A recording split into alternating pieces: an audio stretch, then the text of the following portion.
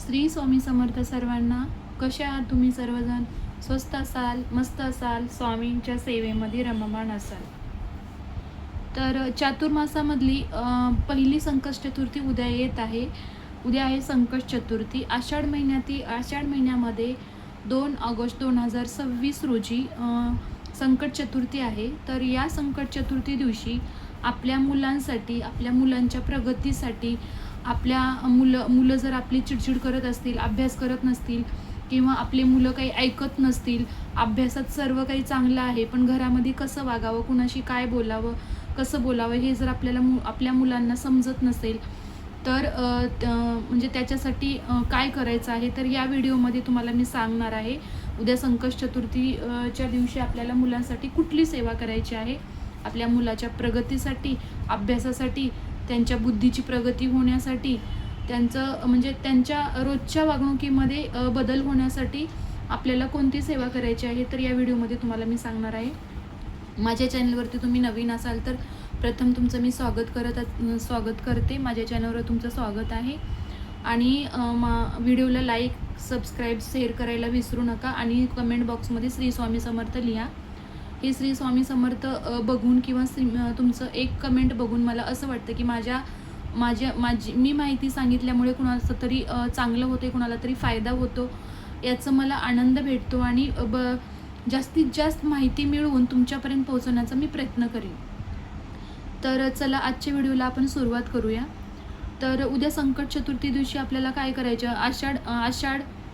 आषाढ, श्रावण, मार्गशीर्ष या तिन्ही महिन्यातील चतुर्थीला अतिशय महत्त्व आहे. या तिन्ही महिन्यातल्या चतुर्थी दिवशी मी जे हे सेवा सांगणार आहे ते तुम्ही ह्या तिन्ही महिन्यातल्या चतुर्थी दिवशी करायच्या आहेत. आणि या सेवा केलेल्या चातुर्मासामध्ये कुठलीही सेवा केलेली सेवेला खूप प्रभावी महत्त्व असतं. खूप जे सेवा करतात ते प्रभावशाली असतात.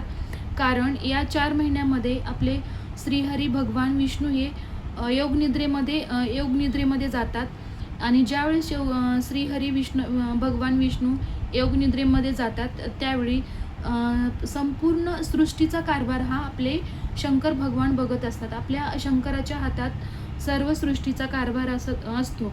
म्हणूनच आपल्याला या चातुर्मासामध्ये जास्तीत जास्त आपल्याला महादेवाची सेवा करायची आहे. महादेवाची म्हणजेच गणपतीची जरी आपण सेवा केली तर ती सेवा महादेवापर्यंत पोहोचते. त्यामुळे आपल्याला म्हणजे आपल्याला गणपती बाप्पाची सेवा करायची आहे. आणि गणपती बाप्पा आपले हे संकष्ट टाळणारे आहेत, विघ्नहर्ता आहेत. ते आपलं पूर्ण विघ्न हरणारे आपले गणपती बाप्पा आहेत. आणि आपल्या म्हणजे बुद्धीचे देवता म्हणून आपण गणपती बाप्पाला ओळखत असतो. बुद्धी चंचल होण्यासाठी, आपल्या अभ्यासात प्रगती होण्यासाठी या सगळ्यासाठी आपण गणपती बाप्पाच्या सेवा करत असतो. आत्ताच मी तुम्हाला सांगितलेलं आहे की आपले गणपती बाप्पा बुद्धीचे देवता आहेत, बुद्धीचे देवता आहेत आणि आपले संकट मुक्त करणारे देवता आहेत, सुख देणारे देवता आहेत. सुख, समृद्धी, भरभराट, तुमच्या मनातील संपूर्ण इच्छा पूर्ण करणारे हे देवता आहेत. म्हणून आपल्याला संकट चतुर्थी दिवशी जास्तीत जास्त सेवा करायची आहे. तर काय करायचं आहे माहिती आहे का? आजपासून म्हणजे उद्यापासून संकट चतुर्थीपासून तुम्ही म्हणजे जोपर्यंत या धर्तीवर आहात तोपर्यंत तुम्ही दिवसाची सुरुवात हा जो मंत्र मी सांगणार आहे त्या मंत्राने तुम्हाला पूर्ण रोजचा दिवसाची सुरुवात हा मंत्र बोलून तुम्हाला दिवसाची सुरुवात करायची आहे. तर वक्रतुंड महाकाय सूर्यकोटी समप्रभ निर्विघ्नं कुर्वे देव सर्व काय सुसर्वदा ह्या मंत्रानेच तुम्हाला दिवसाची सुरुवात करायची आहे. वक्रतुंड महाकाय हा शब्द तुम्हाला उठल्यानंतर ज्यावेळेस आपण आपल्या धरतीच्या पाया पडतो, जमिनीच्या ज्यावेळेस पाया पडतो आणि आपण जे काही 4 गोष्टी आपण बोलून आपण हातावर हात घासून असं आपल्या तोंडावरतून डोळ्यावरतून फिरवून आपणच उठून म्हणजे सगळं बघतो आपण. तर याच सोबत आपल्याला हा एक मंत्र रोज तुम्हाला म्हणायचा आहे. अजून एकदा सांगते, वक्रतुंड महाकाय सूर्यकोटी समप्रभ निर्विघ्नं कुर्वे देवे सर्व काय सुसर्वदा हा मंत्र बोलूनच आपल्याला दिवसाची सुरुवात करायची आहे.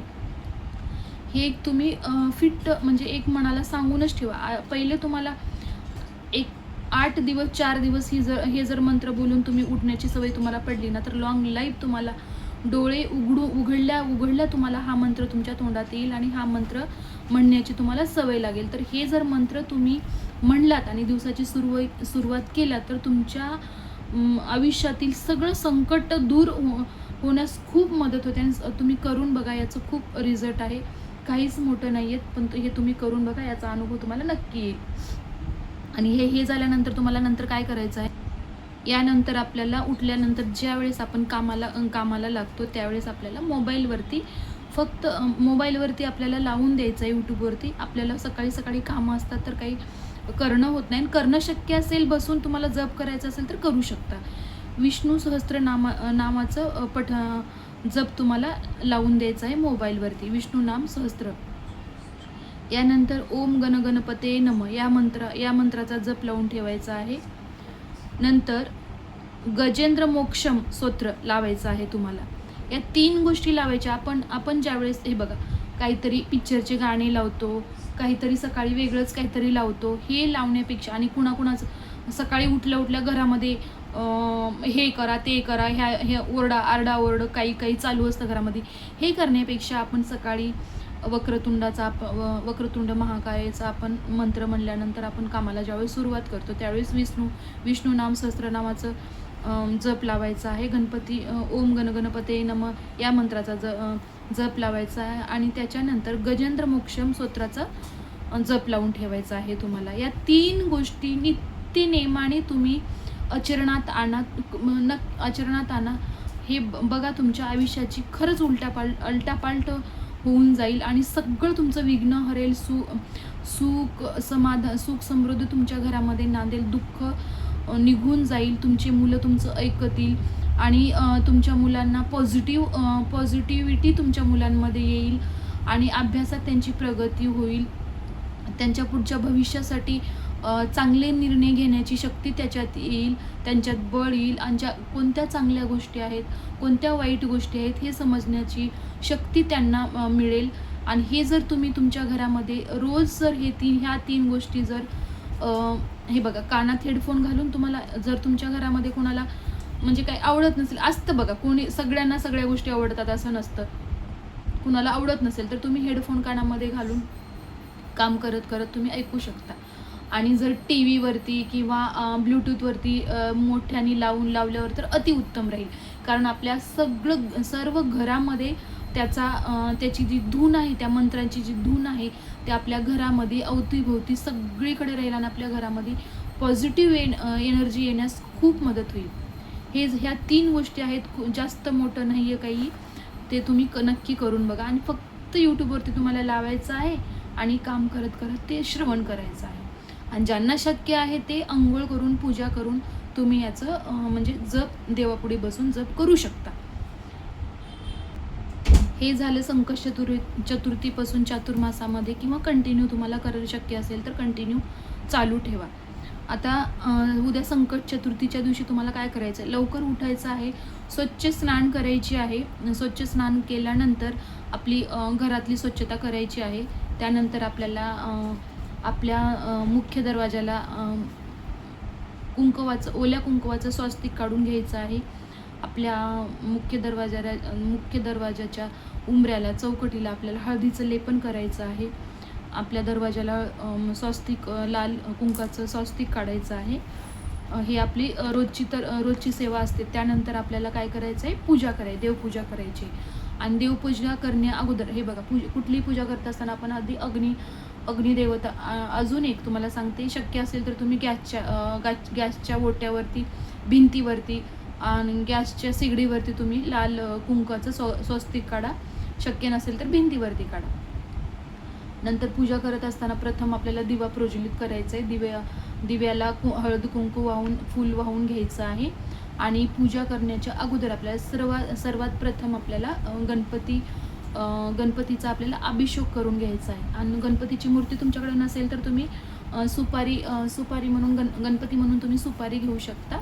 त्या सुपारीचा तुम्हाला अभिषेक करायचा आहे. अभिषेक करत असताना एका तांबणामध्ये तुम्हाला लाल अक्षदा घ्यायची आहे. लाल अक्षदा म्हणजे तांदळामध्ये कुंकू टाकून त्याला लाल करायचं आहे. तर लाल अक्षदाचं आसन द्यायचं आहे एका ताम्हणामध्ये. त्यावरती आपल्याला गणपतीची मूर्ती ठेवायची आहे. आणि त्यानंतर आपल्याला म्हणजे शुद्ध पाण्याने, अगोदर पाण्याने त्यांचा अभिषेक करून घ्यायचा आहे. आणि अभिषेक करत असताना तुम्ही म्हणजे तुम्हाला येत असेल तर ठीक, ओम गण गणपते नमः, ओम गण गणपते नमः या मंत्राचा जप करत तुम्हाला गणपतीचे तुम्हाला अभिषेक करायचा आहे पाण्याने. त्यानंतर तुम्हाला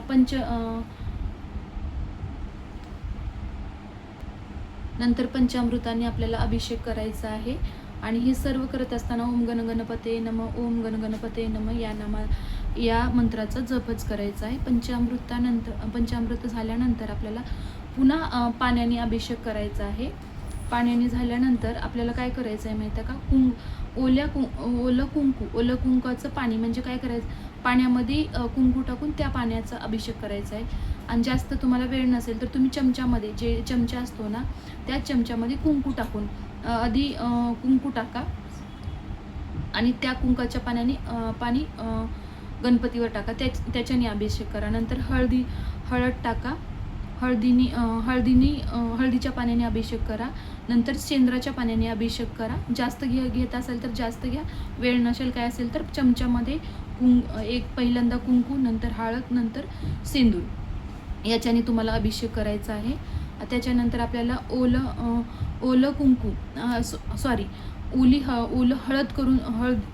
ओली हळद करून तुम्हाला गणपतीला टिक्का लावायचा आहे.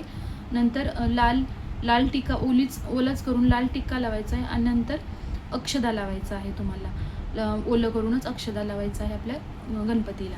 त्यानंतर तुम्हाला कापसाची वस्त्रमाळ घालायची आहे, कापसाची वस्त्रमाळ करून घालायची आहे.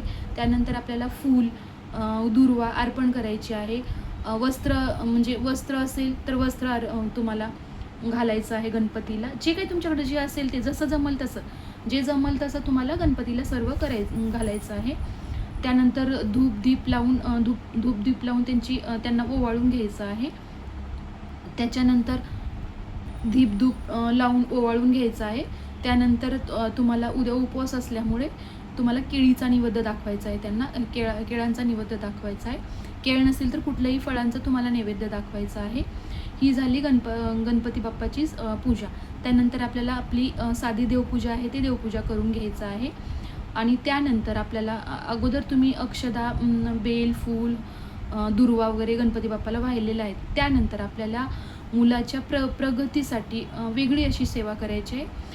एक जोडी तुम्हाला दुर्वाची घ्यायची आहे. आणि जर तुमची मुलं ऐकत असतील, तुमच्यासोबत मुलं बसत असतील तर दुर्वाची जोडी मुलांच्या हातात द्यायची आहे. 2 मुलं असतील तर दोघांमध्ये एक जोडी दोघांमध्ये अगोदर एकाच्या हातात नंतर दुसऱ्याच्या हातात ती जोडी दिलात तरी चालेल. किंवा 2 जोड्या असतील तर दोन्ही मुलांच्या हातामध्ये एक जोडी दुर्वाची जोडी द्यायची आहे. तर ती जोडी त्यांच्या हातात द्यायची आहे आणि त्यांना समोर बसवायचं आहे. आणि अथर्व शीर्षांचं तुम्हाला पठण करायचं आहे त्यांच्या हातात देऊन. आणि गणपती बाप्पाला हे सांगायचं आहे की माझ्या लेकरावरचं सगळं संकट दूर कर, माझ्या लेकराला चांगली बुद्धी दे, माझ्या लेकराचं सगळं चांगलं कल्याण करा आणि त्याच्या अभ्यासामध्ये प्रगती करा. जे काही तुमचा मुलगा करत नाही तर ते करण्यासाठी प्रार्थना करायची आहे गणपतीला. आणि ती जोडी त्यांच्या हातात ठेवायची आहे आणि अथर्व शीर्षांचं पठण करायचं आहे. आणि जर मुलं ऐकत नसतील, बसतच नसेल तर ते तुम्ही मुलाचं नाव घेऊन तुम्ही तुमच्या हातात घेऊन करू शकता. आणि ही जोडी अशीच गणपती बाप्पाला अर्पण करायची आहे. आणि त्यानंतर दुसऱ्या दिवशी सकाळी ही जी जोडी आहे ना, दुर्वाची जोडी आहे ना, कधी पण म्हणजे कुठलंही आपली मुलं एक्झामला जात असतील किंवा कुठल्याही चांगल्या कामाला जात असतील त्यावेळेस ती दुर्वाची जोडी जी आहे ते त्यांना सोबत द्यायची आहे शाळेमध्ये. पण आजकालच्या स्कूलमध्ये बघा पूर्ण चेक करतात, बॅग वगैरे मुलांची चेक करत असतात, तर ते असं काही जमत नाही.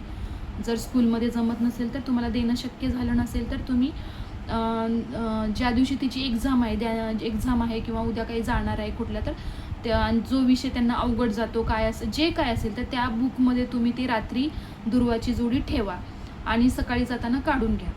आणि तेही शक्य नसेल, बुकमध्ये ठेवणं शक्य नसेल तर तुम्ही मुलं जे झोपतात ना, झोपतात ना, त्या उशीच्या कवरमध्ये ती दुर्वाची जोडी तुम्ही घालू शकता. ते उशीही घेत नसतील, तेही शक्य नसेल तर आपण बेडवरती झोपतात ना मुलं, त्या बेडशीटच्या खाली तुम्हाला जिथं त्यांचं डोकं असतं त्या त्या ठिकाणी तुम्हाला ती दुर्वाची जोडी ठेवायची आहे. हे सगळं मी का सांगते, कारण बरेच जणांचे कमेंट असतात की मुलं शाळेमध्ये अलाउड नाही, मुलं ठेवत नाहीत किंवा उशी मुलगा घेत नाही, हे सगळे कमेंट. त्यापेक्षा मी त्याच्या अगोदरच तुम्हाला मी सांगत आहे की ते नाही तर हे नाही तर ते, हे तुम्ही करा. तर याचा रिझल्ट तुम्ही म्हणजे करून बघा. याचा रिझल्ट पॉझिटिव्ह आहे, खूप चांगला रिझल्ट आहे. तुम्ही तुमच्या मुलांच्या प्रगतीसाठी, बुद्धी वाढण्यासाठी, अभ्यासासाठी, चांगल्या वागणुकीसाठी, सगळं काही तुमचं मुलाचं भविष्य घडण्यासाठी हे छोटे छोटे उपाय आहेत. तर तुम्ही नक्की करा आणि त्याचं रिझल्ट तुम्हाला नक्की भेटेल. अजून एक सांगते तुम्हाला, कर्जमुक्तीसाठी जर करायचं असेल, आता हे झालं मुलांसाठी. आणि ज्या कुणाला कर्ज असेल, हे बघा, अगोदरच्या काळात तर कर्ज कुणाला नसायचंच. कारण कसं अगोदर काय होतं माहिती आहे का, थोडाच पैसा होता, थोडंच हे होतं, त्याच्यामध्येच खूप हॅप्पी, आनंदी आणि खूप सुखी लोक राहायचे. पण आजकालच्या काळात काय झालं माहिती आहे का, आपल्या इच्छा जास्त झाल्या, आपल्या अपेक्षा जास्त वाढल्या आणि गरजेपेक्षा अपेक्षा जास्त वाढल्या. आणि आपल्याकडे काही नसलं तरी ते आपल्याला पाहिजेच असं झालं. ते घेण्यासाठी आपण कर्ज काढतो. मला असं वाटत नाही की आत्ता सध्याच्या काळामध्ये असं कुठलीच व्यक्ती नसेल की त्याच्या डोक्यावर कर्ज असेल. तर त्या कर्जमुक्तीसाठी आपल्याला गणपती रूप मोचन मंत्राचा दररोज वाचन करायचं आहे. त्याचं तुम्हाला पारायण म्हणजे वाचन करायचं आहे, पठण करायचं आहे तुम्हाला. गणपती ऋण मोचन मंत्र तुम्ही गुगलला सर्च करा आणि सर्च करून ऐकून तुम्ही लिहून घ्या आणि ते तुम्ही रोज वाचा, रोज पठण करा. तुमचं कर्जमुक्ती होण्यास मदत होईल. करून बघा, याचा रिझल्ट खूप चांगला आहे. आणि कुणाकुणाला रिझल्ट चांगला आला आहे, अनुभव चांगला आहे, कमेंट बॉक्समध्ये कळवायला विसरू नका. भेटूया आपण पुढच्या व्हिडिओमध्ये. श्री स्वामी समर्थ.